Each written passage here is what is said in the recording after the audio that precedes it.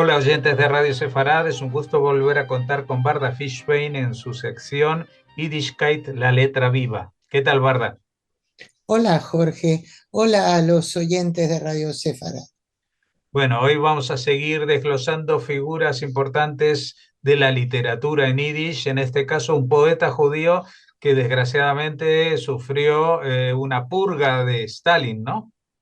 Efectivamente, el gran poeta Pérez Márquez, cuyo nombre completo era Pérez Davidovich Márquez, que además de poeta fue dramaturgo, novelista y ensayista, que escribió en lengua yiddish y nació en Polonoye, en Volinia, en la Volinia polaca, a veces Ucrania, en fin, en el año 1895, en tiempos en que, en cualquier caso, perteneciera a quien perteneciera, era del imperio zarista.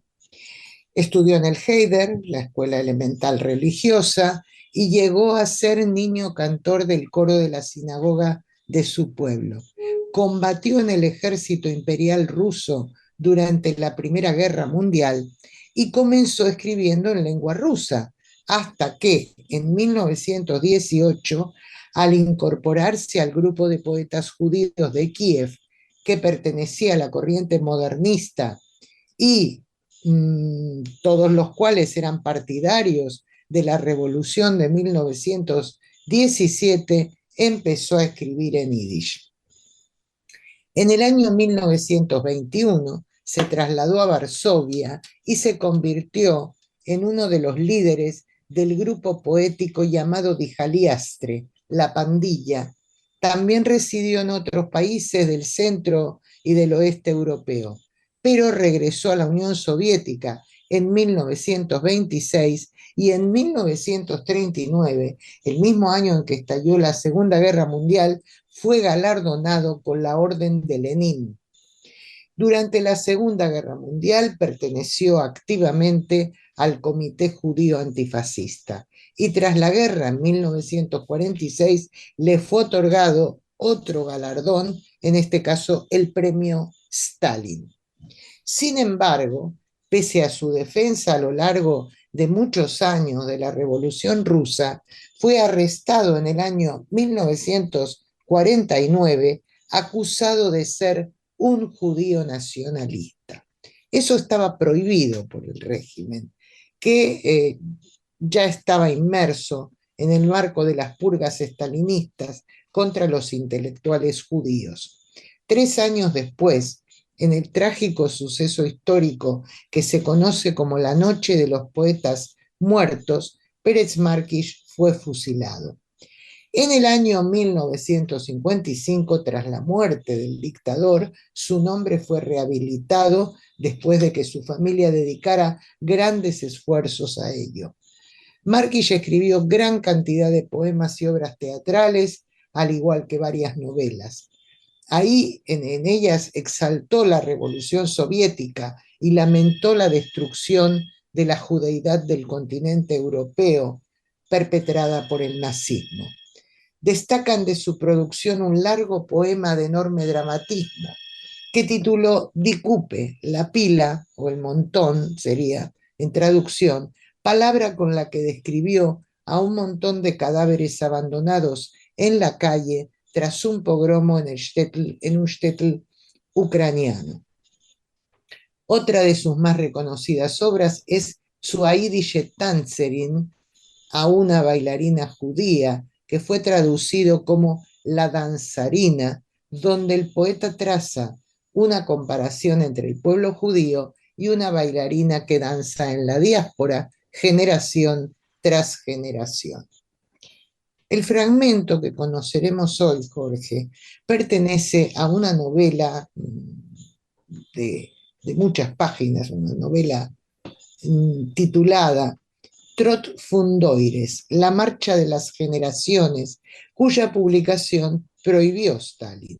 Su traducción al inglés se le debe a Maurice Wolfachtal, nacido en París, pero cuya familia polaca sobrevivió a la Segunda Guerra Mundial en la Unión Soviética. Actualmente este libro está digitalizado y puede hallarse en el sitio web de la Biblioteca Steven Spielberg del Centro Nacional del Libro en Yiddish en Estados Unidos. La sección de la novela de la que vamos a leer varios fragmentos es un capítulo titulado El último día de Janusz Korczak. Al día siguiente aparecieron carteles en las paredes que ordenaban que todos los niños se presentaran en la Umschlagplatz, lo que significaba ser masacrados. Los alemanes habían designado la esquina de Gesia y Opokova como paso hacia la muerte. Judíos de 3 años, niños de 4 y 5 años se apiñaban en un rincón del patio de carga. Se los definía como judíos que habían instigado una guerra mundial en la tierra para asesinar a las naciones arias. Estaban de pie con sus pequeños delantales escolares, moviendo sus cabecitas de un lado a otro, buscando a sus madres. Y los que habían traído pequeños juguetes se sentaron en el suelo, uno con una pala pequeña excavó un poco de arena e hizo una casita, otro cosía un pancito de arena, un tercero lloraba y otro se mordía las uñas. De repente sonó un disparo rompiendo su tranquilo juego infantil. Se tiraron al suelo, pero delante de ellos cayó una madre que había recibido un disparo en el pecho. No pudo encontrar a su hijo en casa y empezó a correr con el pañuelo volando alrededor de su cabeza como un ciervo perseguido hacia el abismo llamado Gesia y Okopova, el lugar de paso para los niños que iban a ser sacrificados. No escuchó las advertencias de los guardias, no escuchó los gritos de la CSS. Ella corría hacia su hijo y lo vio de lejos, extendió las manos hacia él y así cayó sin darse cuenta. Otro de los fragmentos de esta obra describe una escena ya en el interior del orfanato dirigido por Janusz Korczak, antes de que los niños, encabezados por su maestro, iniciaran el camino hacia el Umschlagplatz, que en el fragmento anterior había sido descrito por el autor. Hay una referencia al legendario río Sambation en este trozo de texto, que en el folclore judío se describe como un río que arroja piedras con furia a su paso, pero que no lo hace durante el Shabbat, durante el sábado, por ser día de sagrado descanso. Cuando los asesinos entraron al orfanato, los niños estaban desayunando. Uno de ellos estaba enfermo. El viejo maestro y cuidador estaba sentado a su lado, tratando de convencerlo para que tomara su medicina. Le estaba contando una historia y el niño escuchaba. El maestro le habló de 2 palomas que anhelaban estar juntas, pero el río Sambation las mantenía separadas.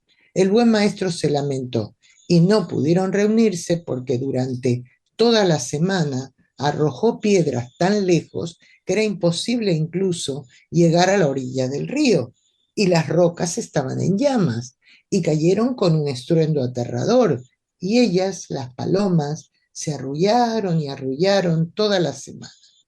Cada una podía oír los llamados de la otra, pero no podían volar por encima del río. ¿Qué pasa con el sábado?, preguntó el niño enfermo. ¿El Sambation también arrojó piedras en sábado? No, querido, no arrojó piedras en sábado. Descansó el sábado, pero las palomas no volaron el sábado, descansaron, y por eso nunca pudieron estar juntas. El niño tomó su medicina y sus ojos se llenaron de compasión por las palomas que nunca podían reunirse ni durante la semana ni en sábado. Pero el revuelo causado por los asesinos que habían invadido repentinamente la casa de los niños interrumpió al maestro con su historia sobre el Sambation y el niño que sentía lástima por las palomas. El maestro miró por la ventana pero solo vio las plantas que los niños habían plantado en un pequeño jardín debajo de la ventana, ahora pisoteadas. Las florecitas quedaron aplastadas en la tierra de principios de otoño, así como la hierba, y las casitas de juguete que habían construido para jugar y la pequeña valla se habían caído. Era como si una parte del orfanato hubiera sido arrancada de su cuerpo. El maestro no vio a los asesinos a través de la ventana. Ya llenaban el vestíbulo con su tumulto, corriendo a buscar a los niños. Cuando entraron, el viejo maestro los saludó desde donde estaba, sentado al lado del niño enfermo, y la mirada que les dirigió con sus bondadosos ojos viejos les dejó claro que no sabía con qué propósito habían entrado. Uno de los hombres preguntó: ¿Quién es Henry Goldschmidt? Doctor Goldschmidt, repitió. El maestro respondió con total serenidad: Ese soy yo. ¿Cuántos niños hay en esta institución? Continuó el alemán mientras observaba al grupo de niños. Tantos como salvé. ¿Son tantos? Respondió con amargura el maestro, mirando también él a los niños. ¿De qué los salvaste? El viejo maestro cruzó las manos. De la muerte, del hambre, de la enfermedad. No se veía muy diferente de aquel brillante hogar infantil que había fundado años atrás y que había cuidado en la calle Krojmalna. Su rostro pálido reflejaba su constante preocupación por el destino de los niños desde que fueron conducidos al gueto, pero su frente, alta y arrugada, mantenía sus miedos bajo control y no le permitía caer en la depresión. Y sobre todo, no le permitía contagiar esa depresión a los niños. El maestro, este anciano serio, cuyos rasgos faciales parecían haber sido tallados por el tiempo y el pensamiento, este hombre que había dedicado toda su vida a los niños hasta el final, pensando en ellos, escribiendo libros para ellos, atendiéndolos, sembrando las mejores semillas en sus jóvenes corazones y luego enviándolas al mundo desde el hogar infantil, iluminadas y dotadas de alas, sabía muy bien que ahora se enfrentaba a una situación desigual. Un tercer fragmento describe ya el desalojo concreto del orfanato del gueto de Varsovia, el inicio de la deportación de los niños y la dignidad y el coraje de Korczak. El bastardo de la Gestapo abrió la boca, negra como una tumba, y siseó como una serpiente.